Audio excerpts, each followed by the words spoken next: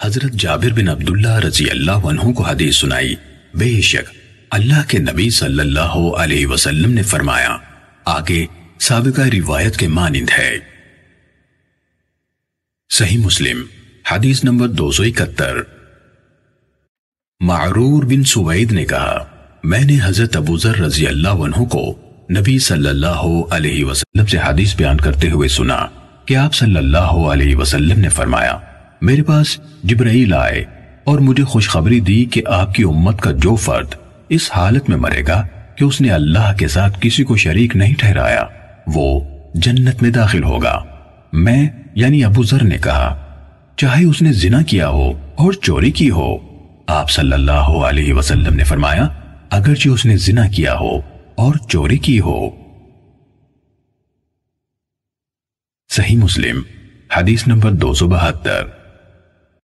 ابو اسود دیلی نے بیان کیا کہ حضرت ابو ذر رضی اللہ عنہ نے اس سے حدیث بیان کی کہ میں نبی اکرم صلی اللہ علیہ وسلم کی خدمت میں حاضر ہوا۔ آپ ایک سفید کپڑا اوڑے ہوئے سو رہے تھے۔ میں پھر حاضر خدمت ہوا تو ابھی آپ سو رہے تھے۔ میں پھر تیسری دفعہ آیا تو آپ بیدار ہو چکے تھے۔ میں آپ کے پاس بیٹھ گیا۔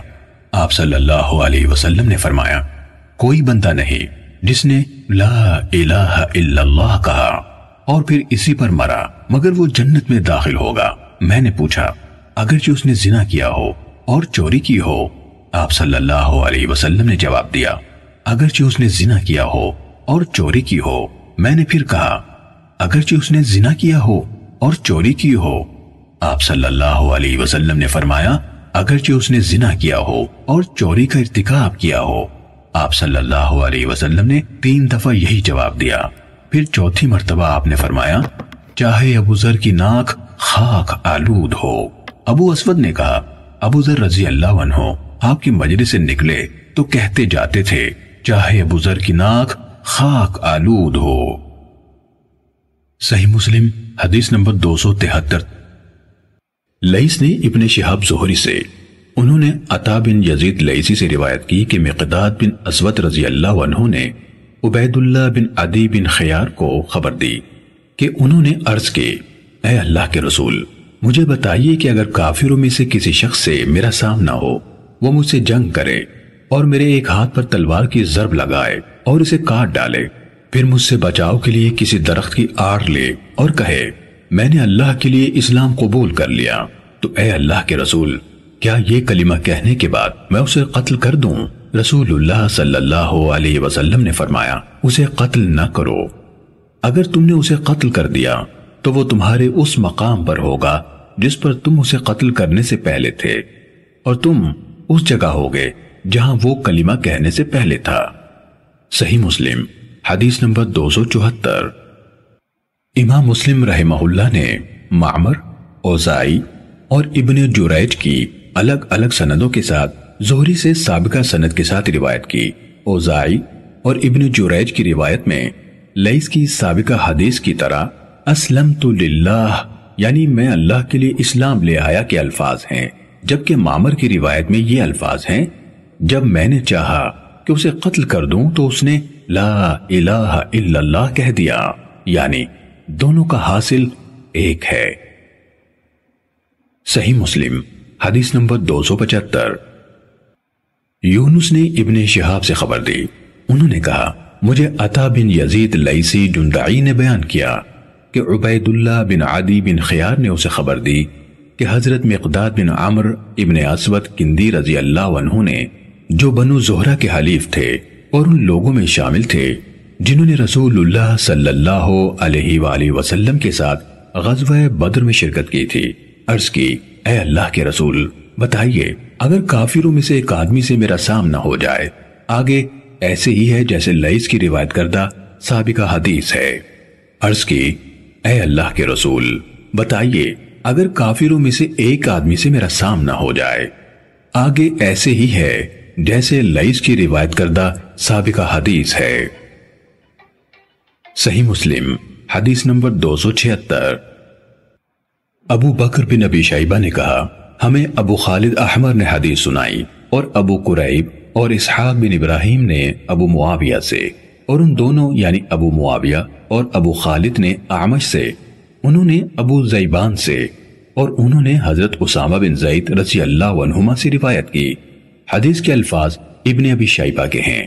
کہا رسول اللہ صلی اللہ علیہ وسلم نے ہمیں ایک چھوٹے لشکر میں جنگ کے لیے بھیجا۔ ہم نے صبح صبح قبیلہ جوہینہ کی شاخ عروقات پر حملہ کیا۔ میں نے ایک آدمی پر قابو پا لیا تو اس نے لا الہ الا اللہ کہہ دیا، لیکن میں نے اسے نیزہ مار دیا۔ اس بات سے میرے دل میں کھٹکا پیدا ہوا تو میں نے اس کا تذکرہ نبی صلی اللہ علیہ وسلم سے کیا۔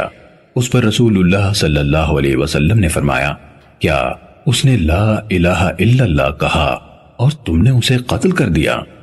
میں نے عرض کی، اے اللہ کے رسول، اس نے اسلحے کے ڈر سے کلمہ پڑھا۔ آپ صلی اللہ علیہ وسلم نے فرمایا، تو نے اس کا دل چیر کر کیوں نہ دیکھ لیا تاکہ تمہیں معلوم ہو جاتا کہ اس نے دل سے کہا ہے یا نہیں۔ پھر آپ میرے سامنے مسلسل یہ بات دہراتے رہے، یہاں تک کہ میں نے تمنا کی کہ کاش میں آج ہی اسلام لایا ہوتا اور اسلام لانے کی وجہ سے اس کلمہ گو کے قتل کے عظیم گناہ سے بری ہو جاتا۔ ابو زیبان نے کہا، اس پر حضرت سعد رضی اللہ عنہ کہنے لگے، اور میں اللہ کی قسم کسی اسلام لانے والے کو قتل نہیں کروں گا جب تک ذوالبطین یعنی اسامہ اسے قتل کرنے پر تیار نہ ہو۔ ابو زبیان نے کہا، اس پر ایک آدمی کہنے لگا، کیا اللہ کا یہ فرمان نہیں اور ان سے جنگ لڑو حتیٰ کہ فتنہ باقی نہ رہے اور دین سارا اللہ کا ہو جائے؟ تو حضرت سعد رضی اللہ عنہ نے جواب دیا، ہم فتنہ ختم کرنے کی خاطر جنگ لڑتے تھے، جبکہ تم اور تمہارے ساتھی فتنہ برپا کرنے کی خاطر لڑنا چاہتے ہو۔ صحیح مسلم حدیث نمبر 277۔ حسین نے کہا، ہمیں ابو زبیان نے حدیث سنائی، انہوں نے کہا، میں نے اسامہ بن زید بن حارثہ رضی اللہ عنہما کو حدیث بیان کرتے ہوئے سنا کہ رسول اللہ صلی اللہ علیہ وسلم نے ہمیں جوہینہ کی شاخ یا آبادی عروقہ کی طرف بھیجا۔ ہم نے ان لوگوں پر صبح کے وقت حملہ کیا اور انہیں شکست دے دی۔ جنگ کے دوران میں ایک انصاری اور میں ان میں سے ایک آدمی تک پہنچ گئے۔ جب ہم نے اسے گھیر لیا اور وہ حملے کی زد میں آ گیا تو اس نے لا الہ الا اللہ کہہ دیا۔ انہوں نے کہا، انصاری اس پر حملہ کرنے سے رک گیا اور میں نے اپنا نیزہ مار کر اسے قتل کر دیا۔ اسامہ رضی اللہ عنہ کا بیان ہے کہ جب ہم واپس آئے تو یہ بات رسول اللہ صلی اللہ علیہ وسلم تک پہنچ گئی۔ اس پر آپ نے مجھ سے فرمایا، اے اسامہ، کیا تو نے اس کے لا الہ الا اللہ کہنے کے بعد اسے قتل کر دیا؟ کہا، میں نے عرض کی، اے اللہ کے رسول، وہ تو اس کلمے کے ذریعے سے محض پناہ حاصل کرنا چاہتا تھا۔ کہا تو آپ صلی اللہ علیہ وسلم نے فرمایا، کیا تو نے اسے لا الہ الا اللہ کہنے کے بعد قتل کر دیا؟ حضرت اسامہ رضی اللہ عنہ نے کہا، آپ بار بار یہ بات دہراتے رہے، یہاں تک کہ میں نے آرزو کی کہ کاش میں آج کے دن سے پہلے مسلمان نہ ہوا ہوتا۔ صحیح مسلم حدیث نمبر 278۔ صفوان بن محرز نے حدیث بیان کی کہ حضرت ابن زبیر رضی اللہ عنہما نے فتنے کے زمانے میں جندب بن عبداللہ بجلی رضی اللہ عنہ نے عصعص بن سلامہ کو پیغام بھیجا اور کہا، میرے لیے اپنے ساتھیوں میں ایک نفری یعنی نفر 3 سے 10 تک کی جماعت جمع کرو تاکہ میں ان سے بات کروں۔ چنانچہ عصعص نے اپنے ان ساتھیوں کی جانب ایک قاصد بھیجا۔ جب وہ جمع ہو گئے تو جندب ایک زرد رنگ کی لمبی ٹوپی پہنے ہوئے آئے اور کہا، جو باتیں تم کر رہے تھے وہ کرتے رہو، یہاں تک کہ بات چیت کا دور چل پڑا۔ ان کے بولنے کی باری آئی تو انہوں نے اپنے سر سے لمبی ٹوپی اتار دی اور کہا، میں تمہارے پاس آیا تھا اور میرا ارادہ یہ نہ تھا کہ تمہیں تمہارے نبی سے کوئی حدیث سناؤں، لیکن اب یہ ضروری ہو گیا ہے۔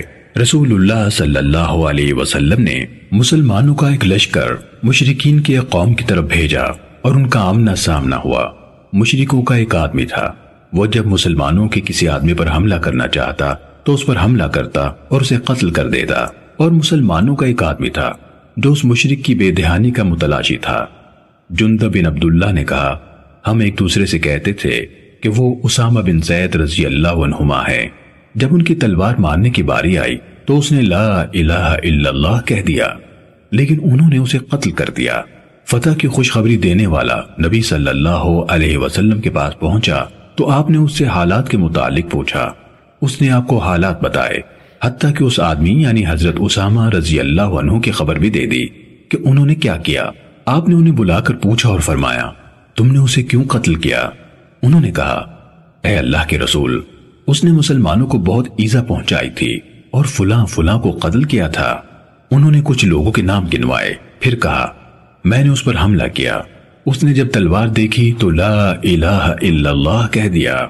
رسول اللہ صلی اللہ علیہ وسلم نے فرمایا، کیا تم نے اسے قتل کر دیا؟ اسامہ رضی اللہ عنہ نے کہا، جی ہاں۔ فرمایا، قیامت کے دن جب لا الہ الا اللہ تمہارے سامنے آئے گا تو اس کا کیا کرو گے؟ اسامہ رضی اللہ عنہ نے عرض کی، اے اللہ کے رسول، میرے لیے بخشش طلب کیجئے۔ آپ صلی اللہ علیہ وسلم نے فرمایا، قیامت کے دن تمہارے سامنے کلمہ لا الہ الا اللہ آئے گا تو اس کا کیا کرو گے؟ جندب بن عبداللہ رضی اللہ عنہ نے کہا، رسول اللہ صلی اللہ علیہ وسلم ان سے مزید کوئی بات نہیں کر رہے تھے، یہی کہہ رہے تھے، قیامت کے دن لا الہ الا اللہ تمہارے سامنے آئے گا تو اس کا کیا کرو گے؟ صحیح مسلم حدیث نمبر 279۔ عبید اللہ اور امام مالک نے نافع سے اور انہوں نے ابن عمر رضی اللہ عنہما سے روایت کی کہ نبی کریم صلی اللہ علیہ وسلم نے فرمایا، جس نے ہمارے خلاف اسلحہ اٹھایا وہ ہم میں سے نہیں ہے۔